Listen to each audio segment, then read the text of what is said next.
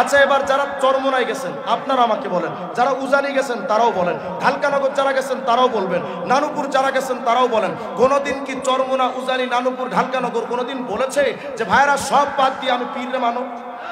বলেছে কোনোদিন? বরং এই সমস্ত হক্কানি দরবার থেকে কি বলা হয় যে আমি যদি কোনো ভুল করি, আমাকে অনেক পীর সাহেবরা বলেছেন, মুফতি ফয়জুল করিম দামাত বারাকাত একদিন আমাকে বলছিলেন, ভাই আমার যদি কোনো ভুল হয়ে যায় আমাকে ধরিয়ে দাও, আমি ভুল নিয়ে কবরে যেতে চাই না।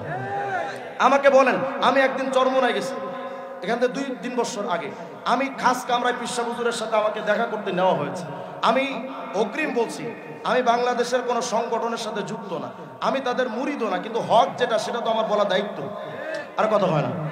আমি দেখেছি খাস কামরায় পীর সাহেবের সামনে এক মুরিদ গিয়ে মাথাটা এভাবে নত করে দিয়ে, হুজুর আমার জন্য একটু দোয়া করেন। রাআইতু বিআইনাই, আমি নিজের চোখে দেখেছি, হুজুর আমার জন্য একটু দোয়া করেন। আমি সাথে সাথে দেখলাম পীর সাহেব তখন আঙ্গুল দুটো নিয়ে কপালে হাত দিয়ে বলে, এই বেটা আমার সামনে মাথা নত করো কেন? মাথা নত হবে একমাত্র আল্লাহর সামনে। তারাই পীর। কোন সাদা মাথার কাছে যাও? ল্যাংটা পীর। আমি বললাম, ল্যাংটা যদি পীর হয় কুত্তা বড় পীর।